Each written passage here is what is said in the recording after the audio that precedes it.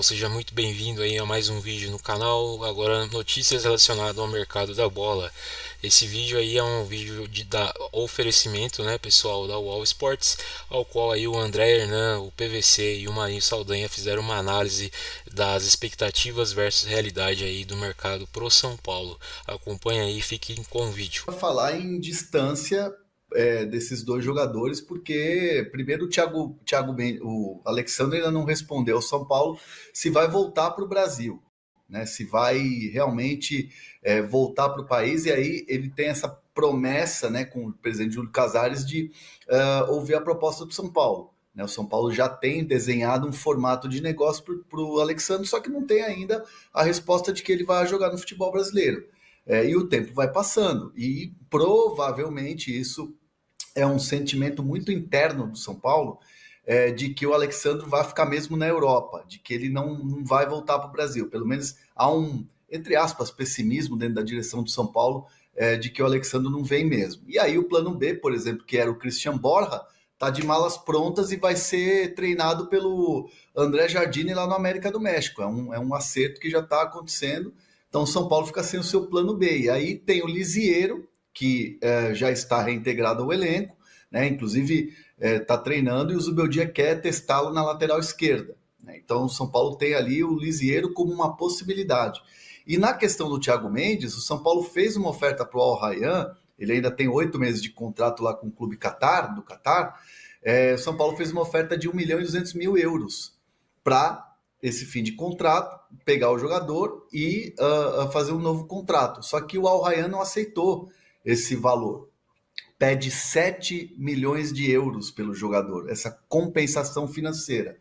É uma situação que é de praxe, mas é um jogador que está em fim de contrato, é um preço que se coloca naturalmente num jogador que tem contrato no Al Rayyan, e o São Paulo, quando viu isso, falou: olha, não tem nem como chegar perto disso. São Paulo estuda aumentar um pouco o valor e conta muito com o staff do Thiago Mendes, que tem abertura no Al Rayyan. O Paulo Pitombeira tem outros jogadores lá, né?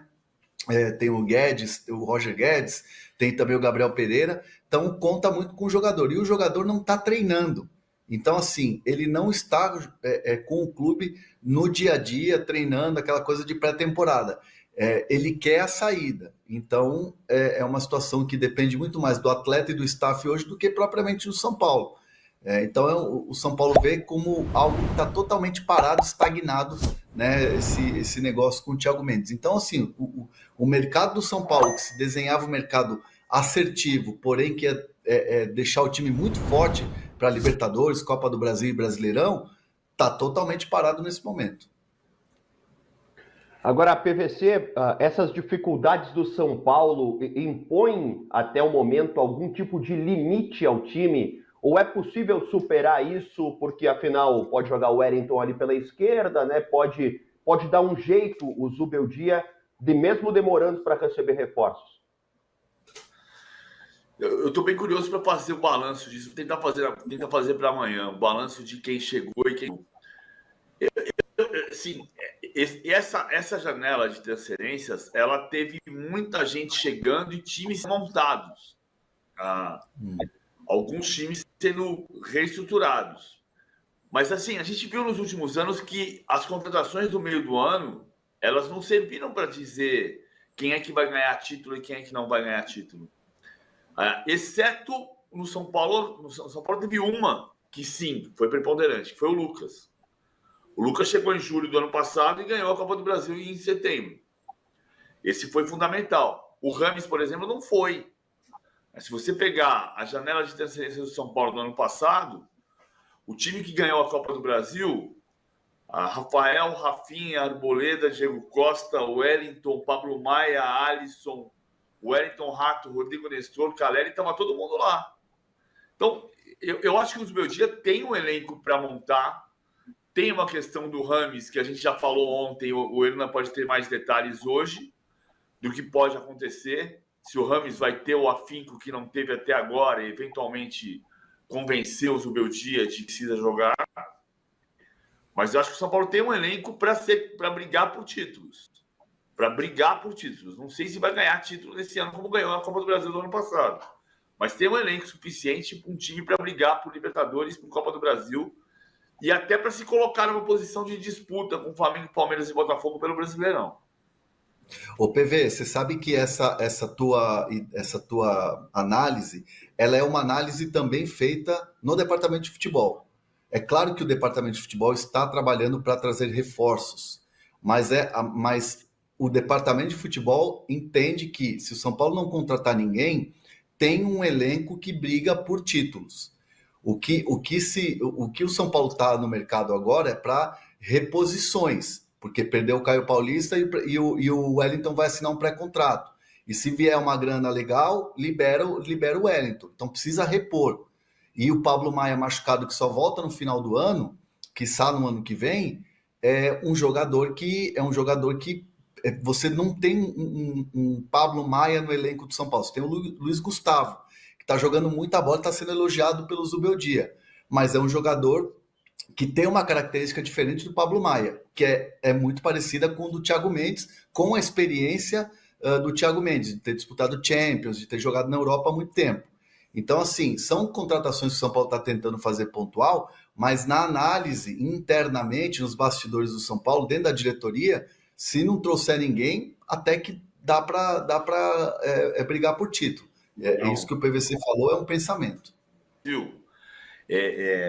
Repito, eu vou fazer esse levantamento de entradas e saídas. Em 2003, quando o Campeonato Brasileiro começou a ser disputado por pontos corridos, naquele ano chegou a haver 63 saídas de jogadores no meio da temporada. Então, que era uma coisa que eu dizia logo que mudou o calendário. O Campeonato Brasileiro em 2003 começava antes ainda do que tem começado agora, começava no comecinho de abril, se iniciava no comecinho de abril. E eu dizia, vai ser um turno diferente do outro, porque vai sair muita gente para o exterior. O mercado brasileiro era muito mais aquecido para vender do que para comprar. E talvez, desta vez, tenha uma inversão. Tem que fazer um balanço, porque, por exemplo, o Palmeiras saiu o Garcia e vem o Riai. Saiu o Garcia e vem o Felipe Anderson da Lazio. Vem 2 de fora e vai 1 para fora. O que acontece é que, na maior parte das vezes, o campeão brasileiro e os times que ganham a Libertadores, por exemplo, são times que não se refazem no meio do ano. Eles têm um projeto que começa em janeiro e contratam pontualmente no meio do ano. Você não faz um time como o Cruzeiro fez agora. O Cruzeiro tem 7 reforços. É outro time. E aí o primeiro cenário, no primeiro dia que pode escalar, o Cruzeiro escalou o Cássio, dos 7 reforços. O Cruzeiro escalou como titular o Cássio. Depois entrou o Matheus Henrique, depois entrou o Lautaro Dias, mas como titular foi o Cássio. Porque você vai fazer um processo de mudança desse time que talvez não fique pronto para ser campeão de alguma coisa ou para ter resultados muito expressivos ainda neste ano. Então, esse cuidado precisa haver. Nas janelas internacionais, na Inglaterra, na Espanha, na Itália, a janela do meio da temporada é a janela de correção de rota, não é de construção de equipe. Então, e os resultados no Brasil também mostram isso, né? Embora o Flamengo, de 2019, tenha sido o melhor exemplo de um time que colocou 4 jogadores no meio do ano e conseguiu se transformar em ser o time mais poderoso daquela temporada com 4 de 11. Né? Ele se refez. Aquele é um exemplo diferente do que eu estou dizendo. Mas a maior parte dos exemplos são de contratações pontuais, não de montagem de equipe. Agora, Hernan, deixa eu te perguntar uma coisa. O São Paulo não conseguindo o Alexandre e o Thiago Mendes, tá? Chegando à conclusão que esses jogadores não vêm. Ele vai procurar outras opções de mesmo perfil, mesma posição, ou daqui a pouco vai desistir de reforçar nesses setores do campo? Não, a ideia é contratar. Mas isso vai passar muito também pelo crivo do Zubeldia. Você chega para o técnico e fala, olha, temos essas opções. Se o técnico entender que essas opções, que são opções que o São Paulo consegue alcançar, consegue contratar, se o Zubeldia entender que são jogadores que não vão chegar para fazer a diferença, de repente pode-se chegar a um acordo e não contratar, e seguir com o que tem. mas a tendência, o desejo do departamento de futebol é fazer as contratações, e tem tido essas conversas com o Zubeldia. E até um bastidor interessante, por exemplo, quando se chegou com o nome do Christian Borja para o Zubeldia não empolgou muito não, né? O Zubeldia falou, bom jogador, tal, mas não sei se é característica e tal, e aí o São Paulo deu uma esfriada na busca, por isso que ficou só lá naquele primeiro contato. Então passa muito pelo crivo do técnico, a palavra do técnico vai ser muito importante, mas o São Paulo está buscando e está trabalhando todos os dias para trazer esses reforços. É aquela velha história que o PVC falou do que os clubes europeus fazem. Contratam no meio do ano agora, que é o começo da temporada na Europa, e a janela de janeiro é de correção de rota. O São Paulo entende que as contratações principais, a montagem do elenco, os reforços foram todos contratados em janeiro. Por exemplo, me citaram ontem André Luiz e Ferreirinha. Não se tinha um reserva para o Caleri e um centroavante à altura. O Ferreirinha é um jogador que precisava de velocidade pelos lados do campo. O Eric já tinha assinado o pré-contrato do Ceará do ano passado e pôde estrear em janeiro. Então o São Paulo entende, o departamento de futebol entende que as contratações foram feitas em janeiro e agora é a tal da correção de rota. E pode ser que não aconteça pela dificuldade que hoje o São Paulo enfrenta no mercado. Por falar em reforço do São Paulo, em jogador que o São Paulo está recebendo, ontem a gente tratou, e o PVC falou agora há pouco sobre isso, do Rames Rodrigues. O Rames Rodrigues, Hernan, ele chega na sexta-feira para o São Paulo, e qual é a situação desse jogador? Ele pode ser reavaliado, digamos assim? A expectativa é que o Rames se apresente ao São Paulo até sexta-feira, porque assim, ele foi campeão, foi o melhor jogador da Copa América, vice-campeão com a Colômbia, e aí tem 3 dias que são dias da FIFA, né, que é algo que você tem direito, né, depois de uma grande competição. Ele é aguardado entre quinta e sexta. Aí eu perguntei, pode ser que ele ganhe mais dias, ele fique de repente no fim de semana e se reapresente na outra segunda-feira? A resposta que me deram foi, pode ser, desde que ele faça o pedido. E aí o São Paulo entende que pode dar mais dias ou não, mas a expectativa é que ele se apresente entre quinta e sexta-feira. E aí é treino normal, né? O Rames vinha treinando normalmente, não vinha treinando, por exemplo, com aqueles jogadores que não estão sendo relacionados, ou aqueles jogadores que não fazem parte do elenco, ou jogadores da base que sobem. Não, ele está treinando normal, tanto que o Muricy aqui no meu Zona Mista do UOL falou, poxa, a gente vê os treinos do Rames, dá gosto de ver e tal. O que ele não vinha sendo era relacionado, escalado, e nada vai mudar depois da Copa América. O que o São Paulo espera na semana que vem é reunir com os representantes do Rames e ver quais são as propostas que vão chegar. Tem interesse de clubes da Espanha, né, que já entraram em contato, já fizeram sondagens, e agora o São Paulo espera a proposta. O Departamento de Futebol de São Paulo entende que propostas virão. Assim, eu ouvi a seguinte frase ontem, não é possível que o cara for o melhor jogador da Copa América e ninguém vai se interessar, né? Então o São Paulo trabalha com essa expectativa, chegarão as propostas, ponto. Não chegando proposta ou o Rames de repente não se interessando por essas propostas que vão chegar, aí depende do Zubeldia. A escalação do Rames, a utilização do Rames depende exclusivamente do técnico de São Paulo. E aí me perguntaram, nessa minha apuração ontem, me fizeram um desafio. Quem sai do time para entrar o Rames? O Caleri, para aí você jogar o Luciano mais para frente e o Rames como meia? O Lucas, você tirar a velocidade? O Ferreirinha tirar a velocidade do time para um jogador que não tem característica de velocidade? Ou você tira o Luciano? Né? O Luciano hoje é um jogador que tem muito prestígio com a comissão técnica. O Zubeldia hoje coloca no Luciano como uma referência dentro do time. E ele é, de fato, um dos caras que tem ali, exerce essa liderança dentro do elenco do São Paulo. É o camisa 10 do time. É um jogador que faz gols, tem feito gols decisivos. O Zubeldia tem falado sobre o Luciano, goleador. e é um jogador importante. Então você não vai tirar, por mais que o Rames seja um craque, por mais que o Rames tenha arrebentado na Copa América, não vai fazer uma ruptura aqui só porque ele chegou e trocar um pelo outro e acabou. Então é muito difícil você imaginar hoje o Rames tendo uma vaga no São Paulo. E vai depender do Zubeldia. E o Zubeldia já deixou bem claro qual que é a opinião dele sobre o Rames. PVC, se você fosse Zubeldia, quem sairia do time para entrar o Rames? Ou ninguém sairia do time e o Rames não entraria? Sairia o Rames. Não tem dúvida que seria o Rames. Porque o Luciano é artilheiro do time no ano. Como é que vai tirar o Luciano do time hoje? Então, assim, é muito engraçado. A gente vai voltar lá para os dias da derrota para o Tajeres em Córdoba. Tinha um monte de gente falando que eu estava cornetando o Rames. Eu não estava cornetando ninguém. Eu estava dando informação. Tinha tido uma reunião dos jogadores, dos principais líderes do elenco, com o Rames, para dizer que ele precisava se dedicar mais nos treinos. E o Carpini, na época técnico do São Paulo, deu a oportunidade para o Rames começar jogando depois dessa conversa.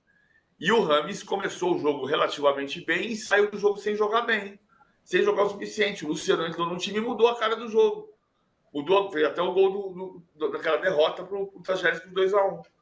E ele hoje é o artilheiro do time. Como é que vai tirar o Rames do time? Como é que vai tirar o Luciano do time? Vou tirar o Luciano do time, que é o melhor jogador do time nesse momento da temporada, para colocar o melhor jogador da Copa América. Mas o melhor jogador da Copa América foi o jogador da Colômbia, não foi do São Paulo. O que se pode fazer? O problema é que o Rames tem uma carreira, de fato, em clube sem o mesmo sucesso que tem na seleção. Esse é o ponto. E ele pode se desafiar a si mesmo para ter um processo no São Paulo de recuperação que vai depender dele convencer no treinamento. Ninguém vai olhar para o cara treinando, voando todo dia e dizer que não vai jogar. Ninguém vai tirar um jogador que arrebenta de jogar bem todo jogo. Ninguém tira, ninguém é louco. O técnico depende de resultado. E agora é curioso mesmo essa comparação da janela do São Paulo deste ano com o do ano passado, porque o ano passado houve um dia em julho, é só pegar no meu blog que você vai ver. O São Paulo projetava contratar o meia e dizia que tinha um meia no mercado argentino e que estava negociando até o final de julho. E em julho chegou o Rames. Aí a gente vai entender que o meia, na verdade, não estava no mercado argentino. Estava no mercado do Oriente Médio e era o Rames Rodrigues. Eles queriam um 10. E até hoje esse 10 não rendeu como 10. O Rames não conseguiu ser titular do São Paulo. Tem 22 jogos pelo São Paulo, 2 gols e 2 assistências. Na Copa América ele jogou 7 vezes e deu 6 passes para gol. Onde é que está a diferença? Está aqui. O Hernan estava falando, que o Rames estava treinando, eu pensei assim, ele está treinando, né? Porque pelo menos não está convencendo o Zubeldia até o momento nesses treinamentos, né, Hernan? E é muito de encaixe, né? É muito de maneira de jogar, né? É aquela velha história que o Rafinha já falou isso algumas vezes, né? O Rafinha falou assim, o Rames é um jogador que ele precisa de um time para jogar para ele. Então, você imagina um técnico, né, que vai ter um time dele que ele já treina normalmente, que ele escala para as competições, e um time para o 10 jogar, né, para o meia jogar. Então, imagina você ter 2 São Paulos, assim, para você jogar uma competição e quando ele estiver apto para jogar, aquela coisa toda. É inimaginável, né? É muito aquela coisa do não deu certo. Né, foi o que o Muricy disse na entrevista para mim. Uma pena não ter dado certo, porque ele de fato é um jogador muito diferente. Enquanto isso, uma venda do Rames, uma saída do Rames no São Paulo significa algo muito positivo para a questão financeira. Libera um espaço na folha salarial importante, assim como uma grana que vai entrar, que é a da venda do Diego Costa. Diego Costa foi vendido para o Krasnodar da Rússia, já se despediu, inclusive, 7,5 milhões de euros. Então, o São Paulo vai receber aí uma boa quantia desse zagueiro que é formado em Cotia. E o São Paulo também vendeu o Gabriel Neves. Lembra do Gabriel Neves, o uruguaio? Estava emprestado? Estava emprestado para o Independiente de Avejaneda. Só que quem comprou foi o Estudiantes La Plata. Então, o Estudiantes fez a oferta, o São Paulo aceitou, vendeu por $800 mil, que dá 4 milhões e pouco de reais, 4 milhões e 400 mil reais, por 60%. E aí o São Paulo pagava para o empresário que comprou o jogador do Nacional do Uruguai na época, e o São Paulo parcelou a compra em 48 vezes. Então o São Paulo vai receber essa grana dos Estudiantes, vai continuar pagando picadinho ali 48 vezes pelo Gabriel Neves, e ainda vai ter uma porcentagem. E outro jogador que tinha um salário alto no São Paulo. Então livra também a folha salarial. São Paulo vai fazendo pequenos negócios ali para abrir espaço, vender o Rames, para tentar fazer essas contratações pontuais e liberar o fluxo de caixa. Para fechar, de São Paulo dentro de campo joga na quarta-feira, 8 da noite, contra o Grêmio em casa, no Morumbis. PVC, o que esperar desse São Paulo e também da chance de, se o Grêmio, que existe, eu trago aqui também como informação, uma pressão grande para o Grêmio se recuperar, apesar de ter classificado na Copa do Brasil contra o Operário, existe uma pressão e a possibilidade de saída do Renato Gaúcho, caso o Grêmio não consiga dar resposta. O que você pode falar, PVC, sobre esse São Paulo e Grêmio pelo Brasileirão?